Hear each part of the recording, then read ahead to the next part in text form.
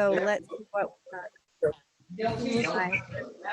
Welcome everybody to tonight's webinar with Ricky Carmichael. I need to ask everybody to take a moment and mute your mic because I'm hearing some background sound and we want to make sure that it's nice and quiet in the background. She's not. I'm a better prep than her. Ooh, uh-oh. Tasha, I don't know if we can go around and mute, but we might have to do that. There we go. There we go. That's a little bit better. I know we know how to mute our mics now. Okay, I'm going to go mute them myself. We're going to skip our best practice slides tonight, but we are going to make sure that everybody, I'm going to put this on gallery view so I can see who's not muted. Okay, I'm going around and I'm muting you. There we go. Teachers in the house. All right. Okay. I guess we haven't had this many in a long time. I'm sorry, guys. On your phone. Okay. All right. One more time. Best practice. Mute your mics. Make sure you go to the chat. Tell us where you're from. Give us a state. I always like to see where everybody's coming from tonight. It's much more quiet now, so that's good.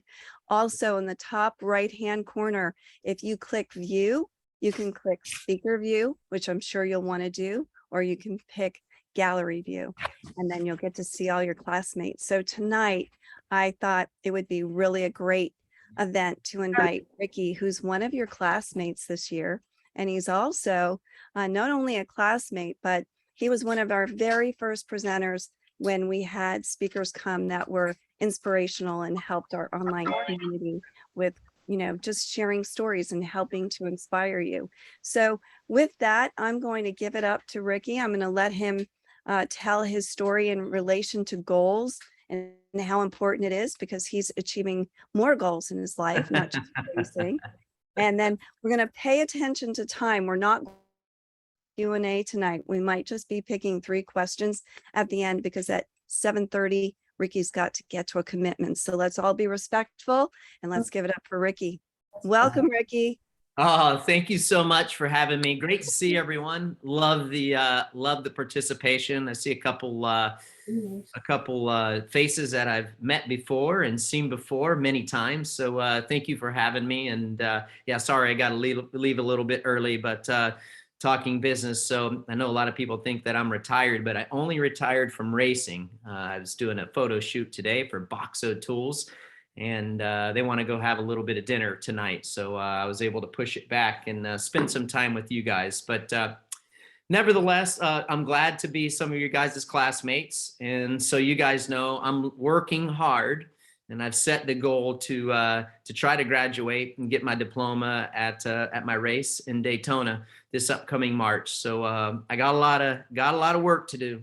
Certainly got a lot of work to do, but it's something that I've set my sights and goals on. And at the end of the day, I just have to make it happen. And that's what I would like to talk to you guys about tonight, and all you students, about setting goals. And you know, everyone, you know, should always have a goal, whether it's in life or whether it's in motorcycle racing. And of course, what we're going to focus on today more than anything is getting your diploma and getting your education, because one thing that no one can ever take away from you is your education, right? They can try to take away other things, but education is something that you can bring with you your whole life.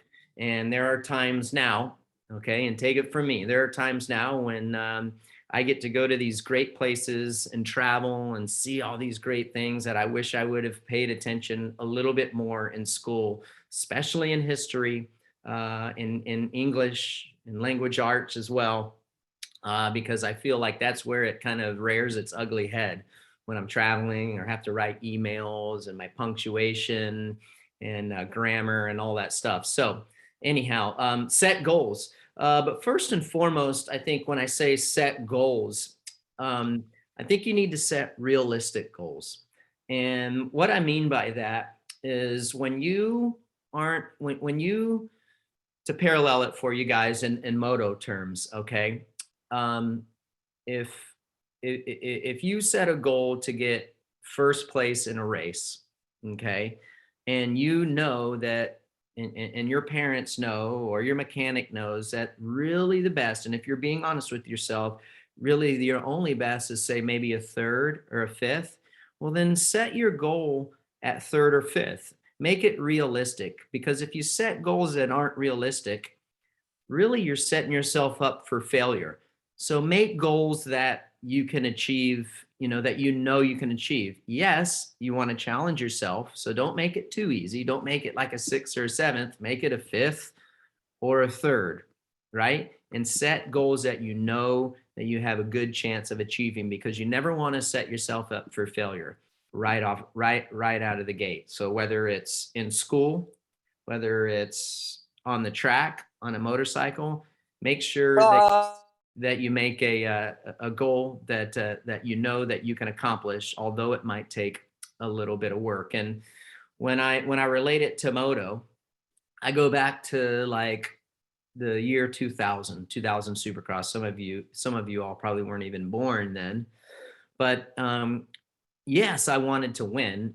And did I have the speed to win? I did, but I didn't have the fitness. I didn't have the know-how to win at the premier level, racing against guys like Jeremy McGrath, the king of Supercross, Jeff Emig, several time champions in the premier class. So what I did going into that season is I set realistic goals. And I'm like, okay, let's try, number one, to make every single race that year. Number two, let's try to first get a few top fives. And then once I start getting top fives, knocking top fives out week in and week out, then the next thing you know, we're setting our goals to be a podium rider. Well, then as I started getting top fives, what do you know? The podiums started to come. And so it keeps me yet motivated to get those top fives, to get those podiums, but not set it too high where, yes, I know I could have won on speed, but I didn't have the whole package.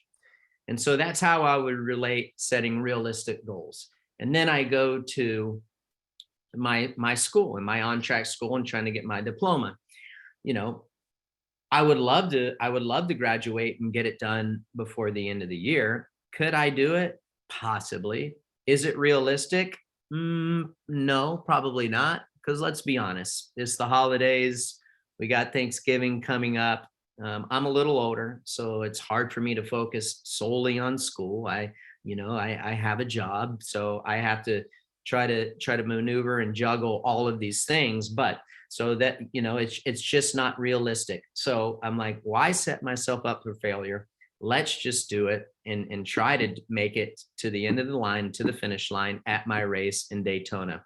So that's how you kind of, that's how I would always set goals, whether it be through my racing career or now on my on-track career, to get my education and to get my diploma. So that's what I've set it for, setting goals, number one, and setting realistic goals. And I think that, hopefully some of your guys' parents are listening in tonight, and they can kind of understand what I'm saying. And I don't believe that it's a fair ask. If you're a parent, I don't think it's a fair ask from your student or your child to go out there and accomplish something on the track that you really know that rider isn't capable of doing. And even with their schoolwork, you have to set, like I said, realistic goals. Don't set yourself up for failure, because that's not good for anyone. It's not healthy for the mind either. So that's a little bit, that's a little insight, to setting goals. Chip away at it. And like I said, like on the track, one step at a time. Start knocking out those top fives. Okay. And then next thing you know, top fives turn into a few podiums. Then when you get comfortable running the podium speed, then those eventually turn into wins. So it's just a building block, and you're not setting yourself up for failure. Now, one of my principles in racing and life in general is always give 100%, no matter what it is. And if you always give 100%, you can look back at your life or at the lesson in school or at the race that you're racing with, and know that you have no regrets. And why? Because you gave it 100%. And I think that that's really how I approached my racing career, is give it 100%, because I knew at a very young age that I never wanted to live in regret. And what I mean by that is, in motorcycle racing, you really only have one chance when it's all said and done, especially the older you get. The older you get, the less those chances come around. And I never wanted to look back at my career and thought, wow, I wish I would have done this. Because sometimes I may never have gotten an opportunity to go back and try 100%. So always give it 100%, no matter what you do in life, because you don't want to regret. And if it's your schoolwork, if it's racing, or some people may make it professional and make great money and make a great living. Some may not. So that's why you got to put 100% into your schoolwork also, because you have to have a fallback plan. And now I'm living proof of, I wish I would have done my schoolwork and paid attention a lot more and gave it 100% all the time in school, so that I can enjoy things a lot more when I travel, like we talked about, whether it's history or whether it's, language arts and grammar, knowing my grammar. It's funny because Andrea and I, Miss Andrea and I were talking about, in this day and age, and especially in the texting world, you really can tell the people that have had a great education and that you can tell people that have a great education and gave it 100% when they're writing to you and they have their proper punctuation, and you read these sentences or whatever it might be, or articles on certain websites. You're like, wow, that is really put together. And when you don't have that great grammar and punctuation, it really rears its head, and it makes people think, wow, this person isn't too bright. And you should never judge anybody. But what I'm telling you is that it makes a difference. It might not seem like it to all you younger students. It might not seem like it now. And I tell my kids this all the time. It's all about the lesson. You might not like it, but you need to respect it, because at the end of the tunnel, that's what it's all about. So always give it 100%, no matter what it is. And a short story about this is back when I used to own the farm, we had a rider that came through there, great kid, up from the Washington, D.C. area. And he had a pretty good pro-am ride, pretty good pro ride. And he ended up stopping racing. And he texted me a few years later. He went on to get his college degree and now has a fantastic job. And he said, man, I just really want to say thank you for teaching me, about goals and taking personal responsibility and giving it 100% in everything that I do, because it has made just as much of an impact in my life out of racing in real life situations than it did when I was racing. And that was one of the greatest compliments that I had ever gotten outside of, my motorcycle accomplishments. And I know I've been rambling on and talking a lot, but what I mean by that, y'all, is what you're doing now and putting in 100% all the time is only going to help you all in real life situations. And, I'm very honest with everyone. Not everyone on here might turn pro and make enough money to earn a good living. And you're going to have to do everything 100%. Like for me right now in my TV broadcast role, I love it, being an analyst for NBC and Supercross, Super Motocross World Championship. It's a lot of fun, but there's also times where I could have used a little more in-depth schooling, and I should have paid attention a little more, because it would have helped me in situations like today, and using the right pronunciation. I feel like that's where I need to really improve my vocabulary. Vocabulary is super important, especially even as young as you all are.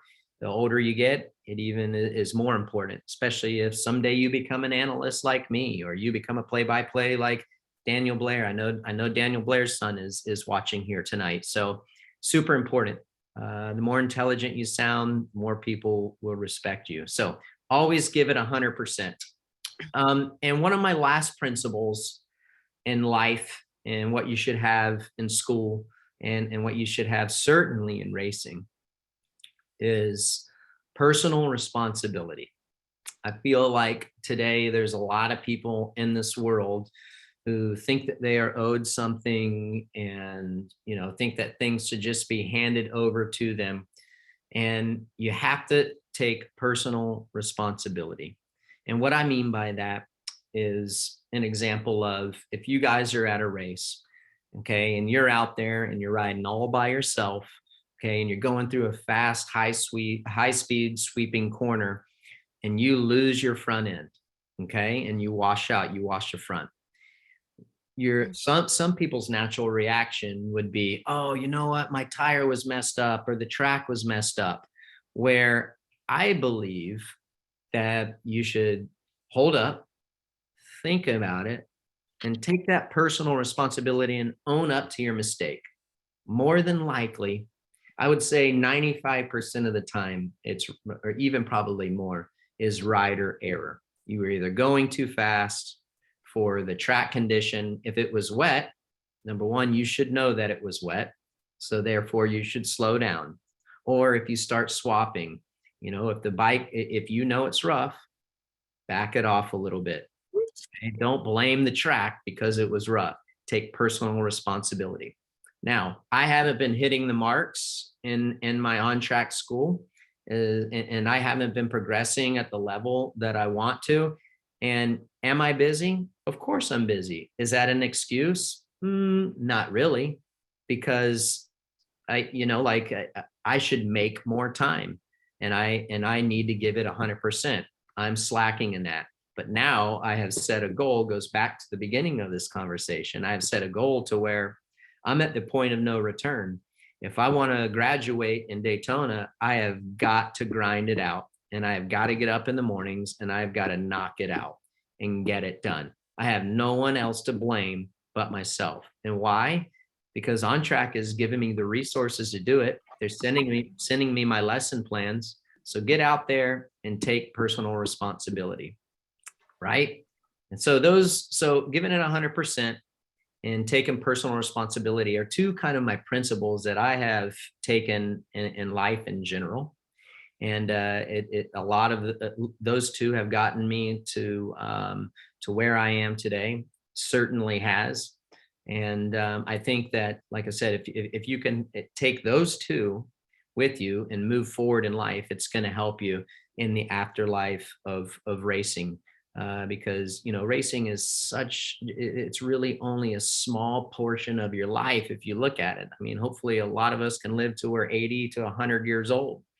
And if you started riding when you were 5 and you retire, or you stop riding when you're 25 to 30, competitively, that's just, that's only a third of your life, right? So give it 100%.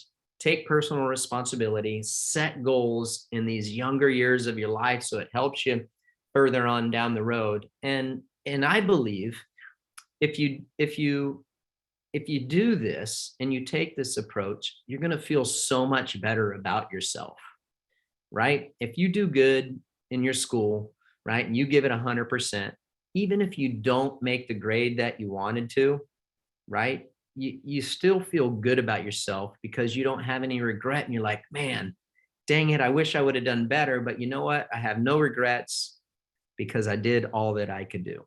Same on the track. If you work your tail off all summer long and you go to Loretta's and all you get is 6, but you gave it 100%, that's all you can do. And parents, pat your kids on the back. Listen, my mom has a reputation for being hard, right? And just grinding and grinding and grinding. But where she was so gracious to me was if I didn't win and I gave it 100%, and second or third that night was all that I had, dude, she was so happy for me. She's like, baby, you did great. You know, as you tried your hardest, you made minimal mistakes, but you know, you just didn't have it. You didn't have it tonight. And there were a lot of those nights early on when I moved to the premier class in Supercross. There were a lot of those nights in 2003 Supercross, but you know what? I gave it 100% and I had no regrets, and that's all you can do. And that was kind of, you know, that was kind of what my final thought for you guys, all you students, would be for the night before we go to the Q&A is give it 100%. You only have one crack at this, and you don't want to live in regret. And certainly I didn't. And I feel like if you could have that approach to some extent, it's going to help you so much. You never want to look back and be like, dang it, I wish I wouldn't have done that. I wish I would have done this, because otherwise I would have been here, because not always are you guaranteed a second chance. And if you gave it 100%, you can be proud of yourself.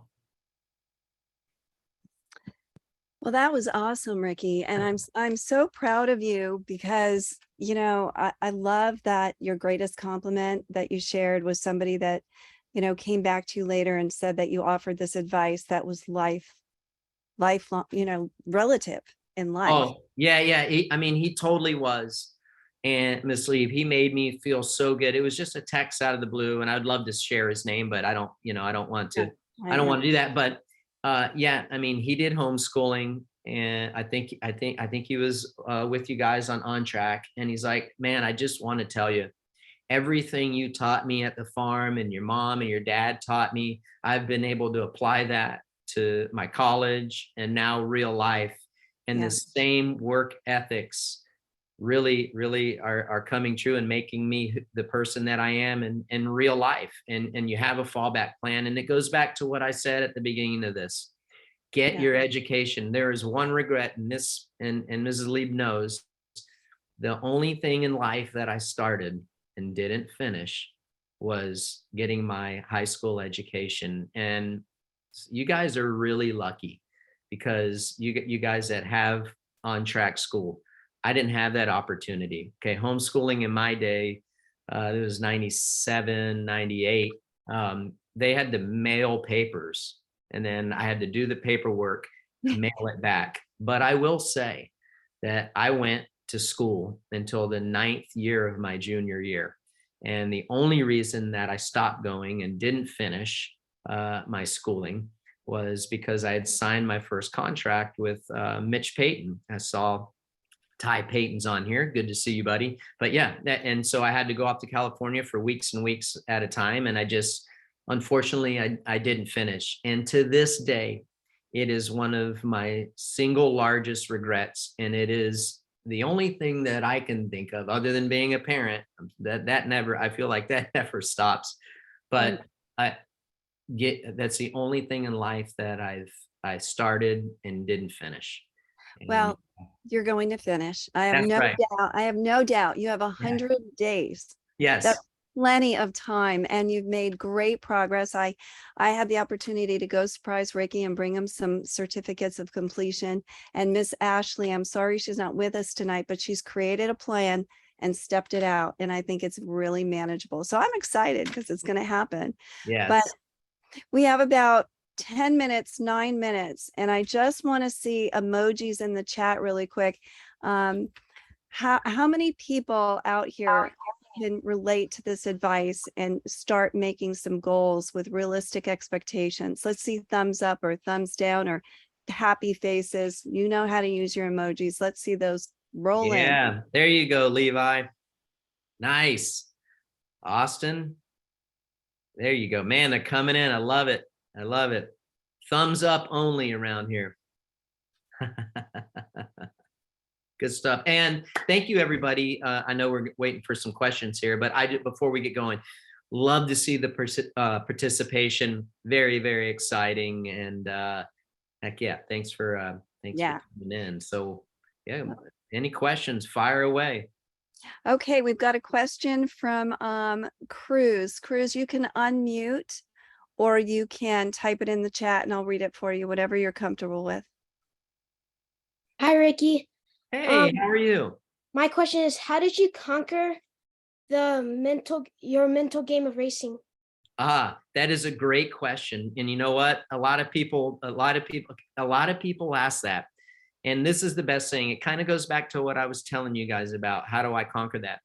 Do the best that you can do. If you do the best that you can do, you have no regrets, right? So if you didn't do the best that you can do, then you're going to be bummed on yourself. And then that leads into this stuff between the two ears, right?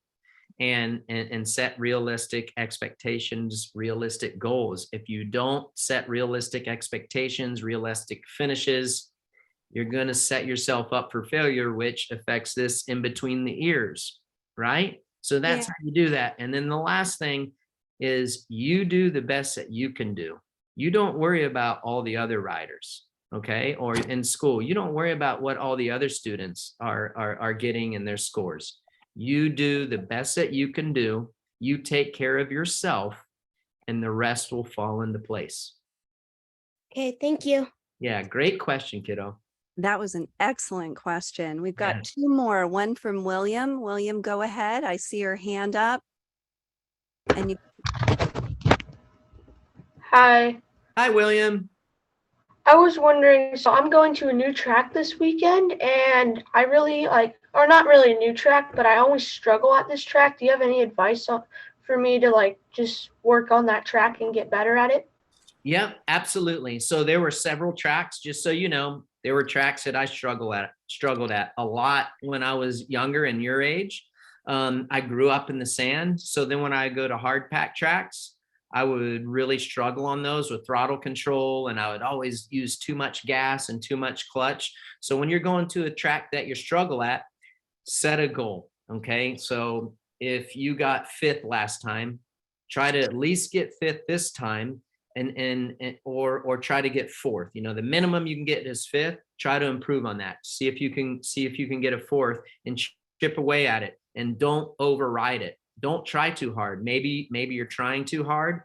And if you're in practice and you have an opportunity, maybe get behind the rider that is doing really well there, or is a little bit better than you, and follow behind them and see what they're doing different, and try to adapt to what they're doing better than you. And that will probably help you.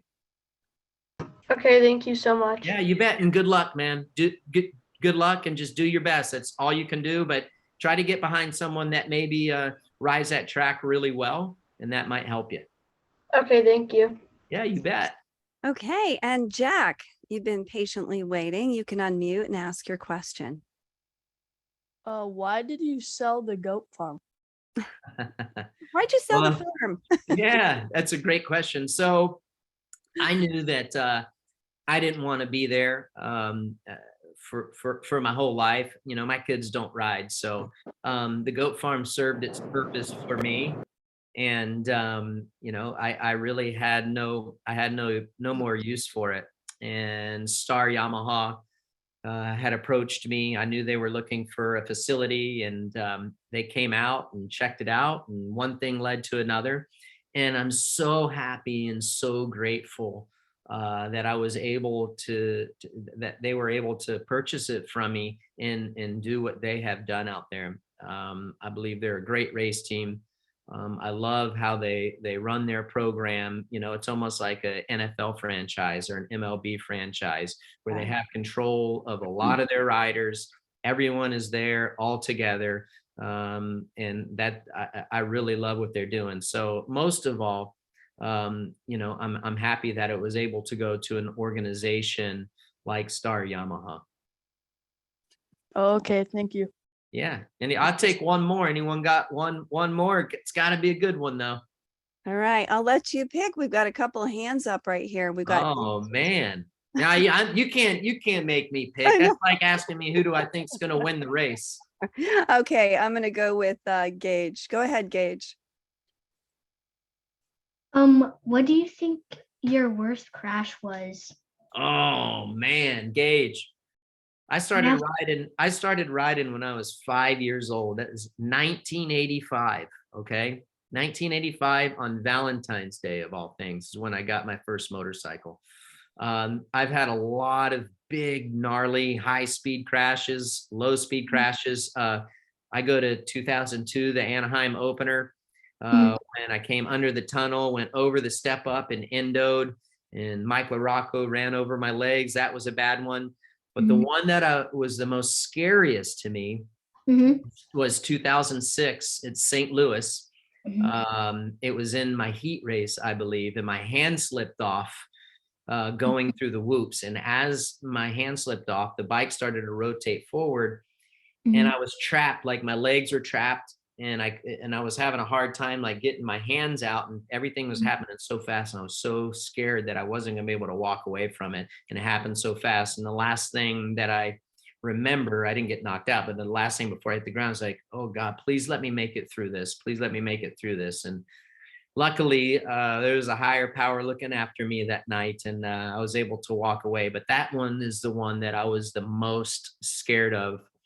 I've had some really bad ones. I mean, obviously, when you race as long as I have, and ride that edge like I did, there's gonna be some bad ones that happen. But 2006 St. Louis in the heat race was for sure my scariest. Thank you. You're very welcome.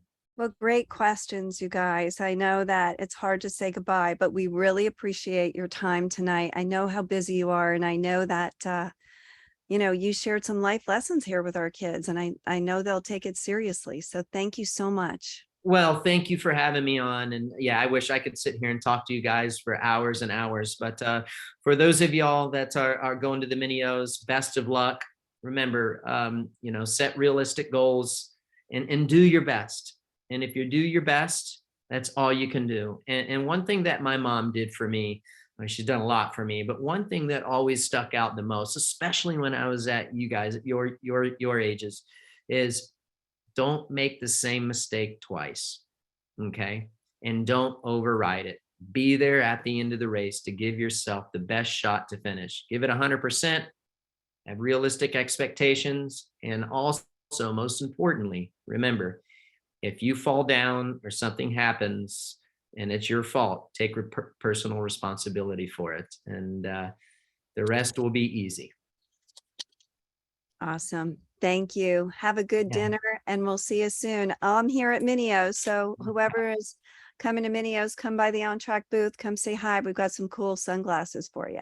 All right. Thank you guys, and best of luck. Keep the shiny side up. Okay. Bye. Thank you. Bye. Bye. Bye now. Bye. Thank you. Thank you so much. You're welcome. Bye. Love it. See you guys. Bye. See ya. Bye. Oh, Ricky. Bye. Bye. Okay, guys. Have a good one.